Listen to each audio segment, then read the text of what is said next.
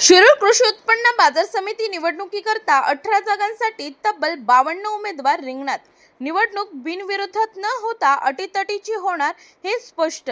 छाननीनंतर 266 उमेदवारी अर्ज होते। शेवटच्या दिवशी 214 जणांनी उमेदवारी अर्ज मागे घेतले। नाट्यमय घडामोडी, शब्द आणि आश्वासनांचे राजकारण पाहायला मिळाले। फसवाफसवी झाल्याची चर्चा रंगू लागली आहे। भाजप, राष्ट्रवादी, अजित पवार गट आणि शिवसेना शिंदे गट यांनी एकत्र येत आपली युती आणि उमेदवार पॅनल जाहीर केले आहे।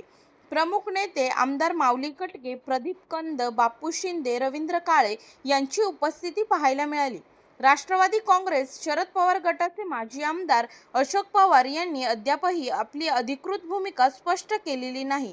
गटनिहाय उमेदवारांची संख्या, सेवा सहकारी संस्था आपल्या शिरूर मार्केट कमिटीच्या माध्यमातून शेतकऱ्यांना ज्या योजनेच्या माध्यमातून किंवा ज्या काही या ठिकाणी आता लवकरच आपण तसं पाहिलं तर राज्य सरकारच्या माध्यमातून कर्जमाफीची देखील त्या ठिकाणी घोषणा लवकरात लवकर राज्य सरकारच्या माध्यमातून त्या ठिकाणी करणार आहोत।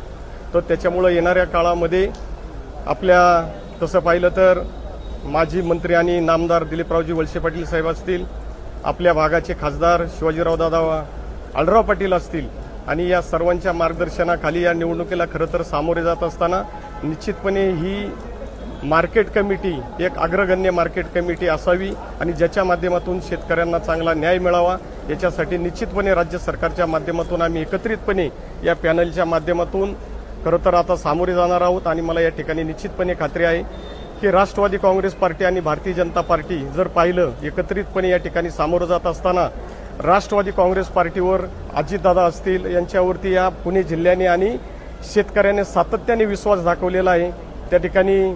आणि या देखील मार्केट कमिटीच्या माध्यमातून निश्चितपणे सर्वच्या सर्व उमेदवार हे चांगल्या मताधिक्याने विजयी होतील याच्या माझ्या मनात तेवढी तीळ मात्र। शिरूर कृषी उत्पन्न बाजार समितीसाठी शिवसेना शिंदे गटाला पहिल्यांदाच उमेदवारी मिळाली, काय सांगाल याबद्दल आपण? नमस्कार, मी बापूसाहेब शिंदे। मार्केट कमिटीला प्रथमच महायुतीतून शिवसेनेला उमेदवारी मिळाली। महायुतीचं मनापासून आभार मानतो आणि भविष्यात देखील मी शेतकऱ्यांसाठी अतिशय चांगल्या पद्धतीने काम करतो।